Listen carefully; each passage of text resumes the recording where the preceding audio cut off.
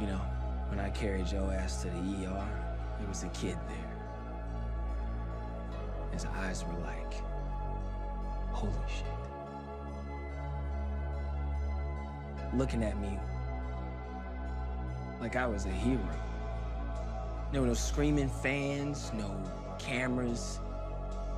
Nobody even knew, except for this one kid. That felt better than anything that I had ever done at Vought. Because for once, I didn't hate myself.